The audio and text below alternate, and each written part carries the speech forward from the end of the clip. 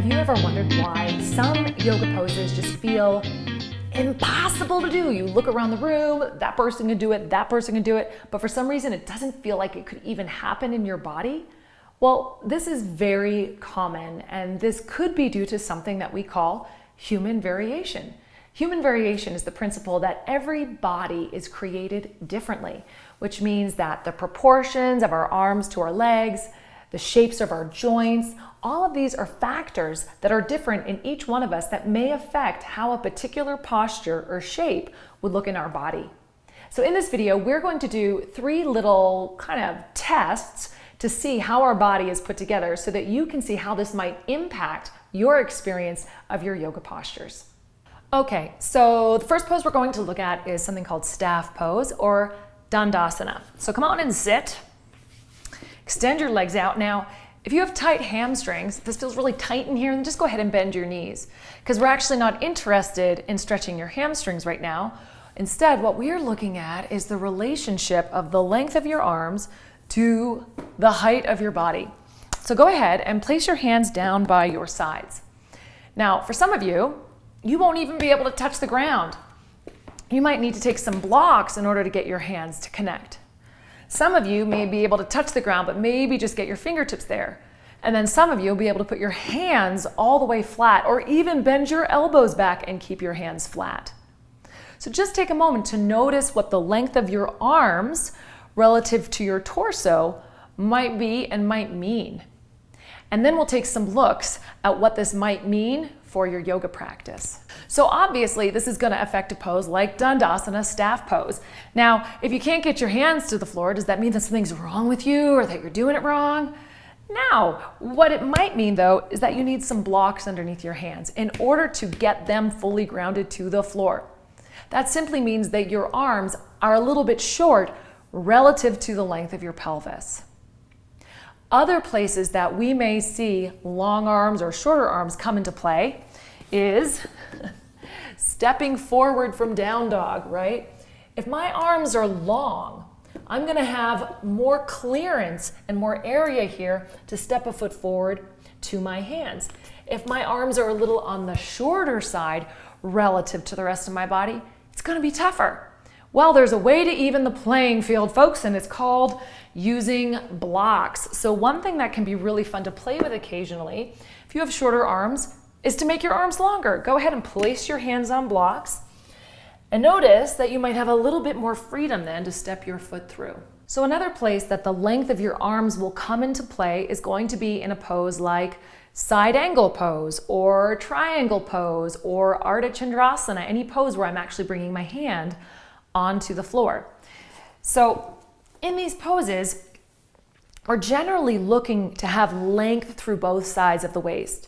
But if you have shorter arms, say, then bringing your hand to the floor might mean that you have to round your spine, right? So rather than doing that, again, just make your arms longer, right? So you can use a block on the highest height, the middle height, the lowest height, depending on kind of the shape of your own body. So again, what we're looking for here is length through both sides of the waist.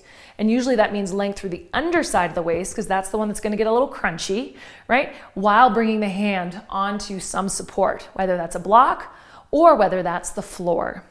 And that's going to be the same for triangle pose and also for half moon pose, right?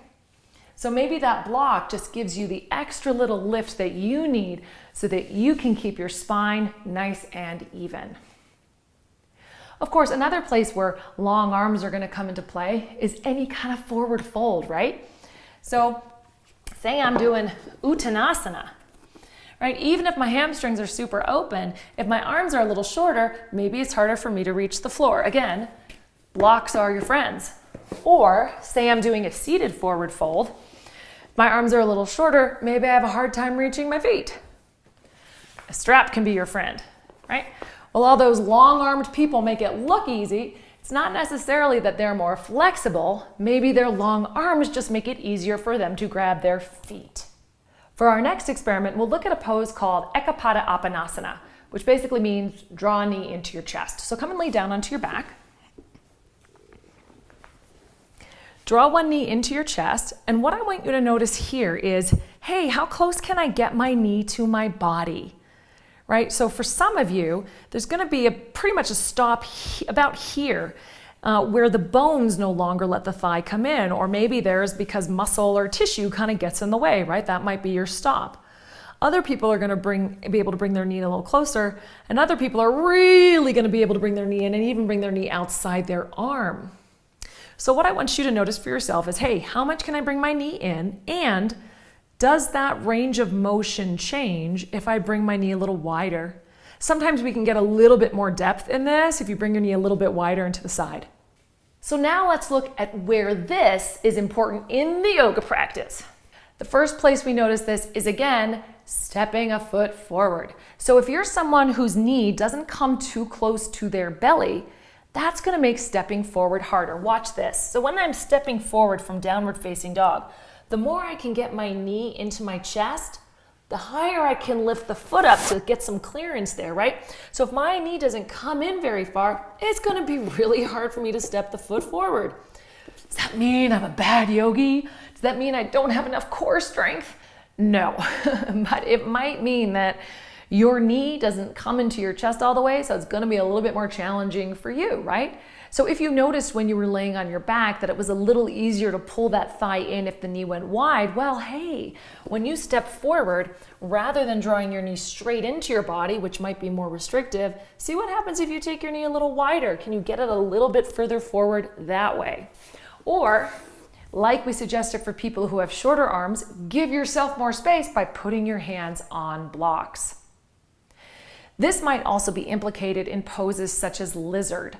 So in lizard pose, right, I'm bringing my chest really close to my thigh, bringing my hands to the inside and trying to get down. Well, if this thigh doesn't come too close to my belly, I might run into some hip restriction here, right? So you can explore different things like, hey, taking the foot a little wider, bringing your chest a little bit further in so that you can find a little bit more depth in that pose, right? So another place that we might see this particular range of motion come up is in a pose like Bakasana. So in crow pose, Bakasana, right? I'm bringing my chest way down. Well, if it's hard for my chest and my thighs to get close to each other, then getting way down like this may not be possible in my body.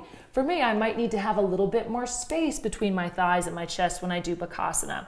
So my Bakasana might start out a little bit higher like this, right? Rather than low and so crunchy. We may also see this come up in binds.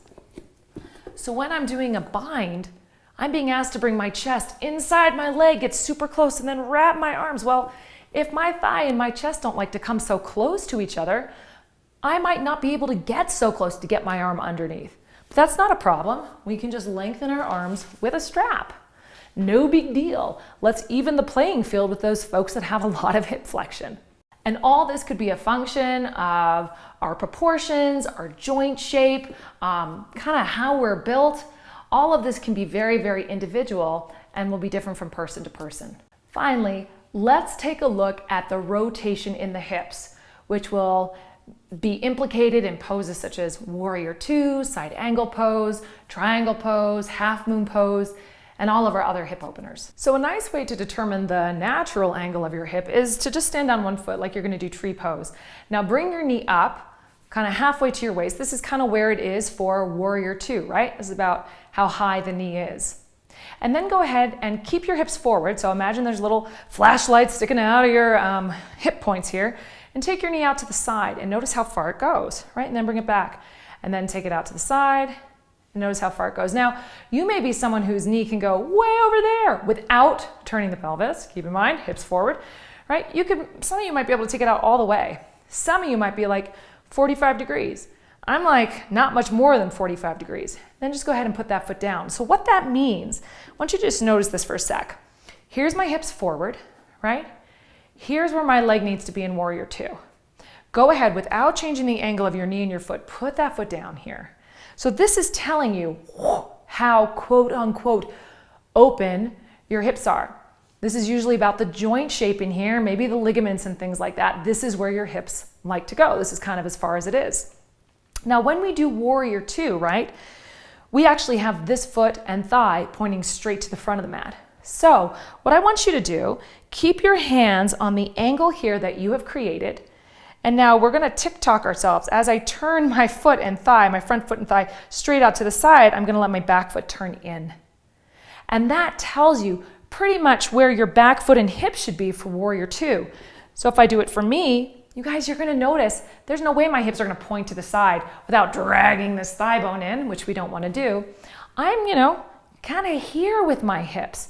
This is the natural position that my hips want to land in to do Warrior Two, because that's as far as it goes.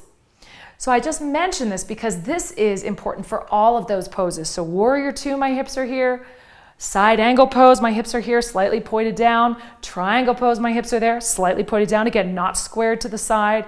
Same thing with half moon pose or Ardha Chandrasana, right? This hip is going to be slightly pointed down.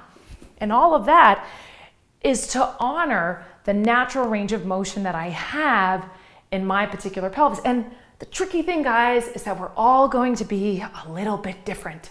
So here's the takeaway from today. If you're going to a yoga class as a student, the teacher isn't going to have time to come around and look at everybody's pelvis and everybody's arms and say, hey, this modification is going to be good for you, or your body shape would mean trying it like this. So what we have to do is look at our own bodies, love the variation of our bodies, and then take responsibility for our own unique shape and proportions and give ourselves the props, the blocks, the straps, the adjustments that we need so that yoga can be alive optimally in our shape, right? So as teachers also, if we're teaching a class, we want to be aware of all of these different variations and all of this diversity and bodily proportions so that we can help students both honor themselves in their practice, right? And also to understand that asana is going to be different in each one of us. And that's what makes it so magical and unique and marvelous. And by educating our students on the natural and wonderful diversity of their own body, we can really help spread the love a little bit. So we can do our yoga practice more for making it feel good and helping it to feel optimal in our bodies, rather than trying to do it right or get it perfect. So there we have it. There are 3 little quick self-assessment tools that you can use to look at your own body, your proportions, and your joint shapes so that you can better understand how the yoga practice will be uniquely and beautifully expressed in your body. So I hope you enjoyed that. If you enjoyed these kind of tips, please subscribe for more, and you can always send me questions. I'm always interested in hearing from you.